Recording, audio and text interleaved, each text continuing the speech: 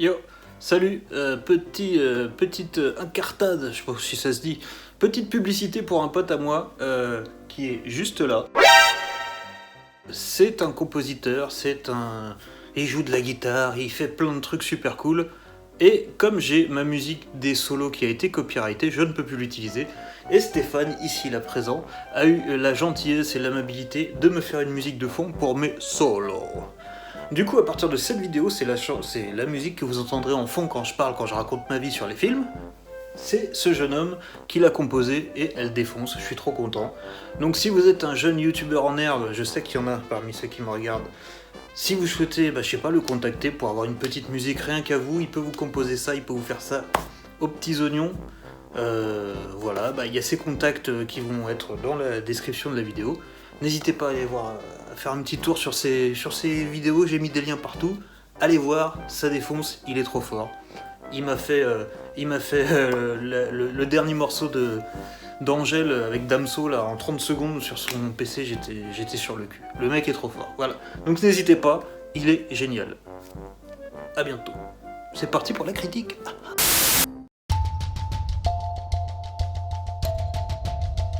Solo.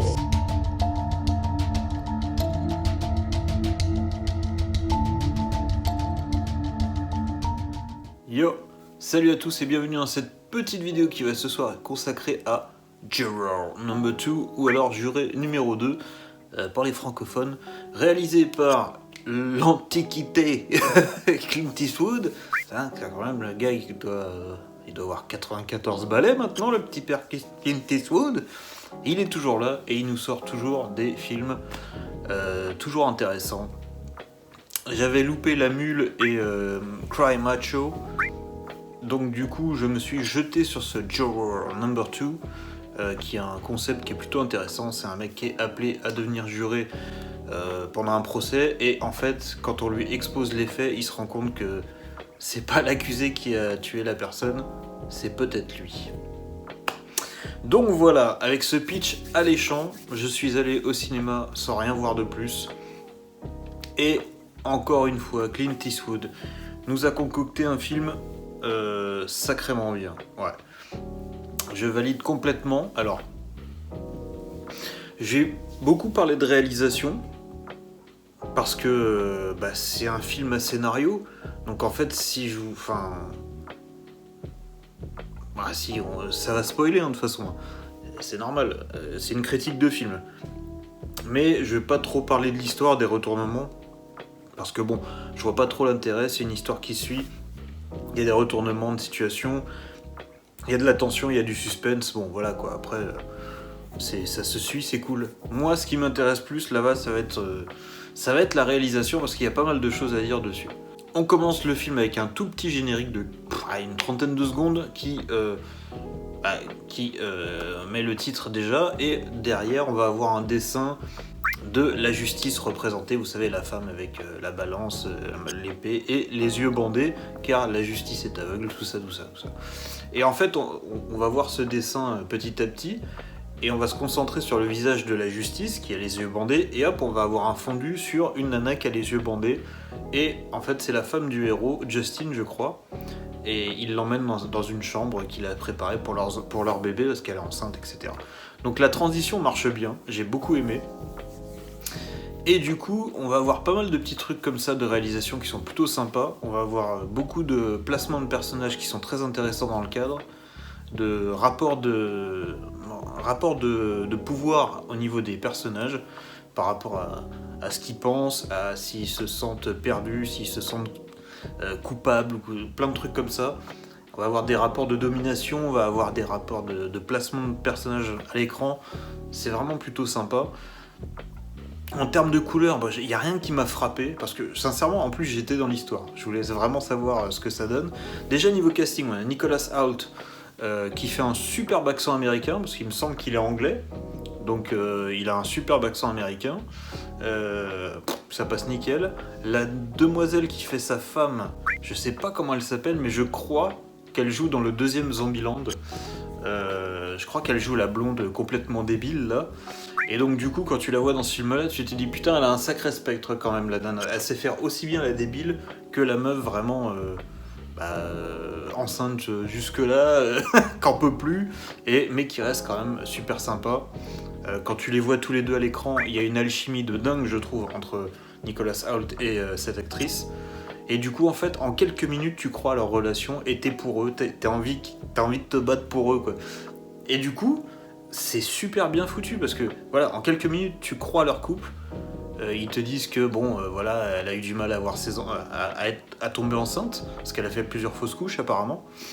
Et lui, tu vois que ça le travaille, et en quelques minutes, tu vois leur complicité, tu vois qu'ils sont mignons, tout ça, machin, qu'elle a peur pour sa grossesse. Et en fait, quand il commence à dire, ouais, c'est peut-être moi, en fait, le gars qui a tué la nana, ah bah tu risques la perpète, tu te dis, putain, non, pas maintenant, putain, ta femme, elle va accoucher en plus, machin, et puis tu vas pas la laisser toute seule, machin. Donc en fait, t'es tiraillé pendant tout le film, et ça marche d'enfer. Et c'est dû à l'alchimie des deux acteurs. Ils jouent ultra bien. Clint Eastwood a super bien fait avec ce choix pour le couple principal. Comme tout le casting, on a Toni Collette qui est encore une fois magistrale. On a J.K. Simmons qui fait une petite apparition, mais il fait le café de J.K. Simmons, on le sait maintenant. Qu'est-ce qu'on a d'autre ? Je crois que c'est tout en grosse star. Le reste du casting est plutôt bon aussi. Voilà, après tous les autres membres du jury, ils sont cool. Il y a un Renoir qui est vraiment ultra intense, que j'ai bien aimé. L'accusé, pareil, ça marche bien, bref. Tout le casting est aux petits oignons, ça marche d'enfer, tu y crois direct. Il n'y a rien au niveau du jeu d'acteur qui m'a fait sortir du film, ne serait-ce qu'une seule fois. Tout le monde joue ultra bien, même les gens que tu vois parler 2 secondes. Il y en a un qui est un peu le stoner, lui il a 2-3 répliques mais elles font mouche à chaque fois. La petite vieille elle est impeccable. La Keiko là, qui s'occupe, qui est médecin légiste, en tout cas en fac de médecine, pareil, ça marche bien. Tous, ils marchent tous super bien. Donc voilà. Ah oui, on a Kiefer Sutherland dans un petit rôle, ça fait plaisir. On voit Jack Bauer qui débarque comme ça, tu fais putain, il va péter des nuques. Non, il s'est calmé. Petite ironie, je sais pas si c'est fait exprès, mais c'est un ancien alcoolique. C'est un ancien alcoolique anonyme. Enfin, c'est un ancien alcoolique, donc il est aux alcooliques anonymes, comme le personnage de Justin. Et quand on sait les déboires qu'a eu Kiefer Sutherland avec l'alcool, on le voit toujours sur sa tête d'ailleurs. Même si apparemment ça va mieux, ça se voit toujours qu'il était alcoolique ce mec. Donc voilà, c'est un petit peu ironique que Clint Eastwood l'ait pris dans ce rôle en même temps, en tant qu'ancien alcoolique. Pour le rôle, j'ai envie de dire, ça se fait tout seul. Voilà. Il y a un truc super intéressant aussi au moment où Justin va comprendre que c'est sûrement lui qui a tué la nana du procès, enfin la victime du procès, et qui se rend compte que du coup l'accusé y est pour rien, c'est sûrement lui qui l'a buté.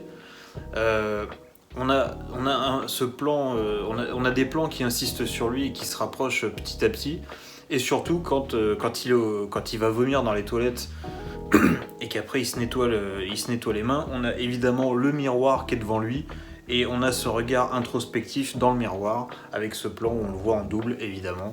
Voilà, le miroir, c'est l'introspection, c'est tout ça, c'est faire face à toi-même, à tes démons, à ta culpabilité, etc. etc. Donc voilà, c'est super, ça marche bien. Pareil, on va avoir plusieurs flashbacks de ce qui a mené au meurtre de la nana, et du coup on va la voir avec son petit ami, donc l'accusé. Clint Eastwood, c'est quand même un mec qui filme de façon très posée, très calme, et évidemment quand il va filmer une dispute, on va avoir la caméra qui est un peu plus agitée, on va avoir des cuts qui sont un peu plus présents, parce qu'il a tendance à faire des longs plans, lui, donc là évidemment pour qu'on ressente l'agitation de la scène, ça cut plus souvent, la caméra bouge un peu plus, on est peut-être même en caméra épaule, je sais pas, mais en tout cas c'est beaucoup plus agité. Et un truc que j'ai beaucoup aimé, c'est qu'on va voir cette scène de dispute sous plusieurs angles, au moins 2, on va voir sous l'angle, on va l'avoir sous 3 angles. La première, c'est quand l'avocat raconte ce qui s'est passé, donc on a des plans assez éloignés, parce que l'avocate ne fait que répéter ce que le client lui a dit, ou voilà. Donc elle n'est pas investie, donc c'est filmé d'assez loin. Ensuite, on va avoir la version du témoin de la nana qui a filmé la scène. Et donc du coup, quand on a ce flashback-là, on va voir la caméra qui est beaucoup plus proche des personnages, et on va voir le mec qui insulte sa nana de bitch, de connasse. Et quand lui donne sa version, quand l'accusé donne sa version, il n'y a pas l'insulte. Donc en fait, c'est marrant parce que selon le témoin, les dialogues vont changer légèrement. Et du coup, c'est plutôt intéressant dans un film de procès d'avoir justement, selon la personne qui témoigne, les dialogues qui restent globalement les mêmes, mais il y a des petits détails qui changent.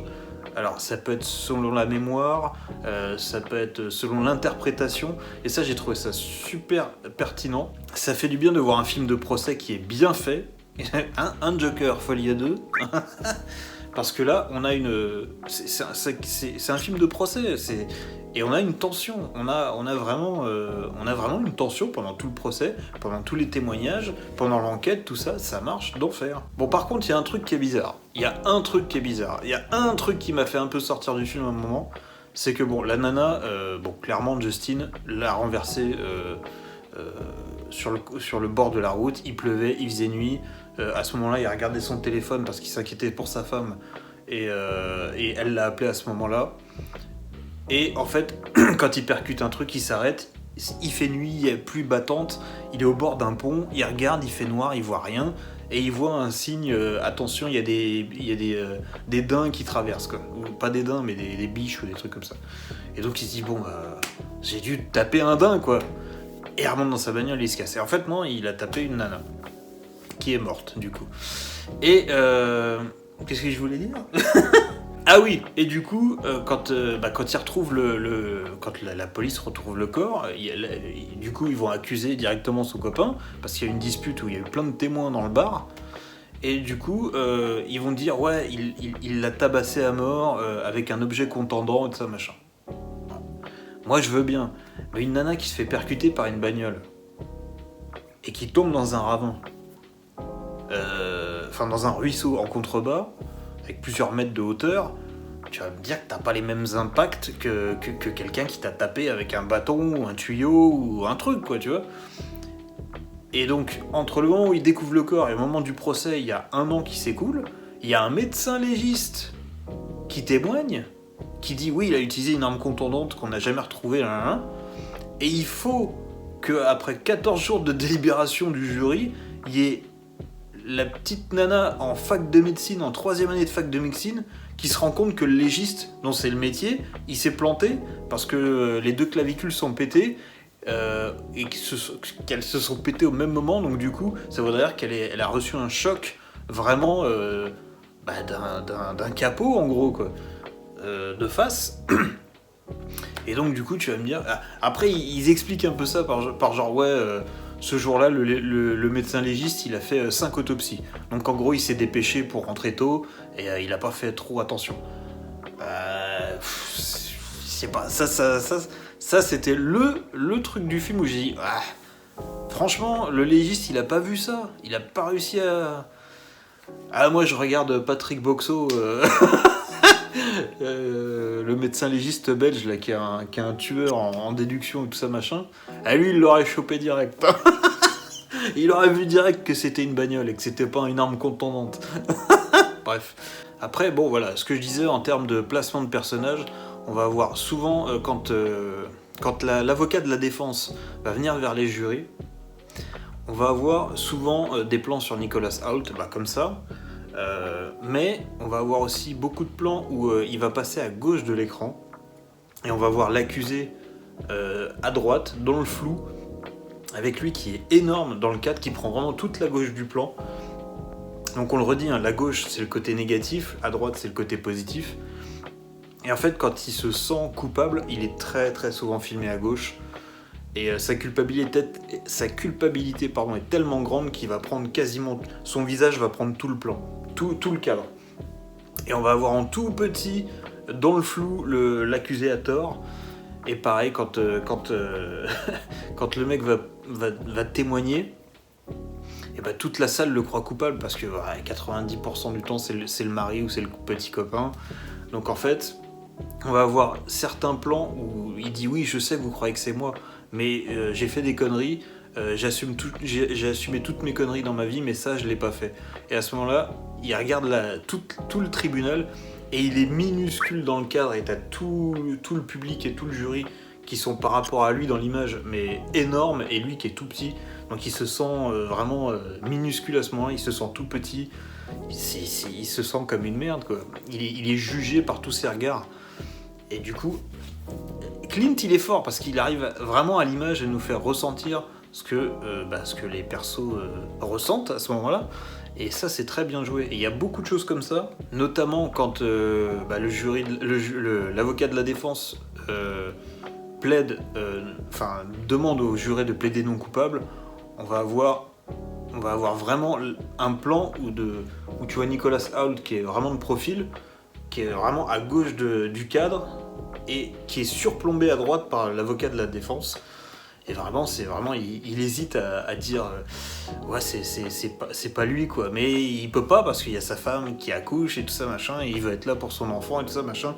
Et lui, dans sa tête, il se dit je suis un mec bien, j'ai juste cru que j'avais tapé un cerf. Un cerf, voilà, c'est ça.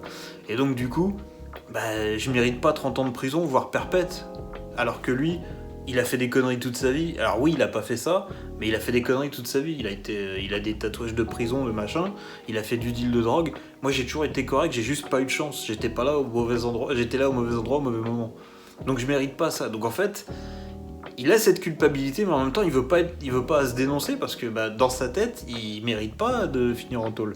Donc il y a vraiment, à l'image, tu ressens ça. Et c'est vraiment, vraiment super bien fait. Pareil, à un moment, il va discuter avec le principal juré avec qui il n'est pas du tout d'accord sur le cas. Je sais pas, je me souviens pas des noms. C'est le Renoir là qui est toujours énervé. Et du coup, il va avoir une discussion avec ce mec là. Et il lui dit bon écoute, arrête de nous mener en bateau, il faut qu'on le déclare coupable, c'est un pourri, même si c'est pas lui qui a fait ça, il a fait des conneries avant, et même si c'est pas lui qui a fait ça, il a laissé cette gamine rentrer toute seule au bord de la route, donc si elle s'est fait renverser, c'est de sa faute. Donc soit maintenant on se met tous d'accord, soit c'est la merde et ça va continuer jusqu'à ce qu'on soit d'accord. Donc voilà. Et là, t'as le personnage de Nicholas Hoult, Justin, qui est vraiment perdu, il sait plus quoi faire et il va se retrouver vraiment au centre de l'image avec le cadre qui va être vraiment s'élargir autour de lui et lui va rétrécir un petit peu dans le cadre et il est vraiment centré et il sait pas quoi faire, il est perdu, quoi. Et il y a un plan que j'ai beaucoup aimé, donc en fait il va dire que le mec est coupable, ils sont tous d'accord, le mec est jugé coupable, bam, allez c'est parti. Et entre temps l'avocate donc pas de la défense, mais la partie civile du coup, je crois que c'est ça. Hein. Elle commence à avoir un doute en fait. Elle commence à avoir un doute, et donc elle pense que c'est lui. Vous avez vu le film, elle pense que c'est lui. Mais ce qui va être intéressant, c'est le plan où en fait elle va le rejoindre devant le tribunal. Du coup, le personnage de Nicholas Hoult va être sur un banc de dos, il va être sur la gauche de l'écran, et elle va s'asseoir à droite. Et au milieu d'eux, ils sont séparés en fait par une statue de la justice, pareil, hein, la dame avec les yeux bandés, la balance et le glaive dans l'autre main. Mais le cadre, il est ultra bien composé. On a vraiment la scission entre les deux au milieu de l'image. Nicholas Hoult qui est là, elle à droite, et avec la statue qui les sépare au milieu. Donc comme il a fait le mauvais choix en termes de ce qui est juste, il est à gauche, et elle se rend compte que c'est lui.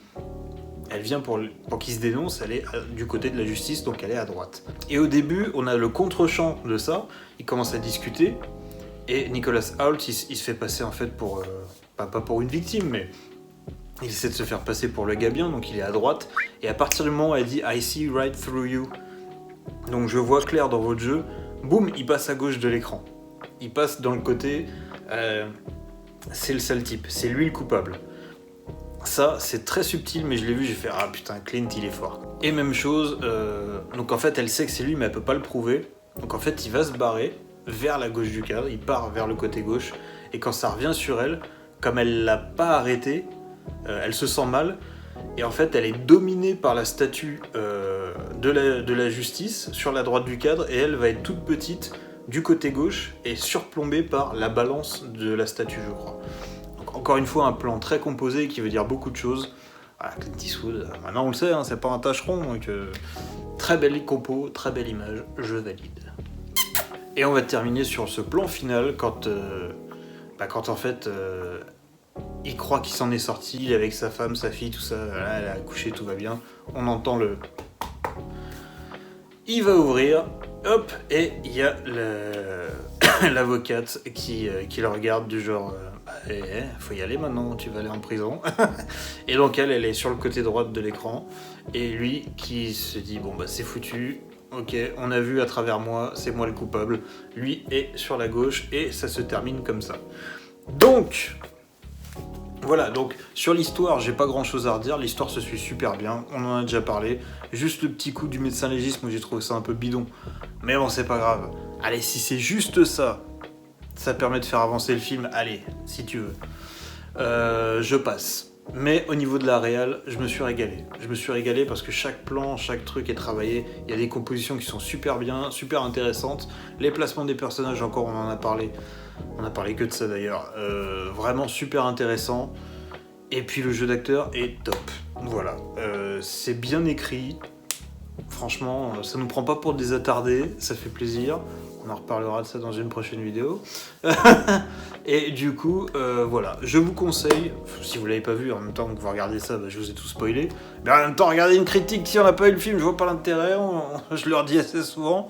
Mais c'est un très bon film, c'est un très bon Clint Eastwood. J'ai vraiment passé un très bon moment devant le film, c'est tendu, ça se suit bien. Voilà, si on nommait le médecin légiste, tout est bon. Je valide ce dernier Clint Eastwood.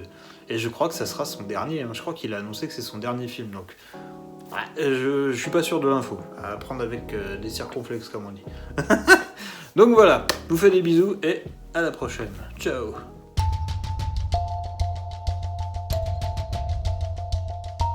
Solo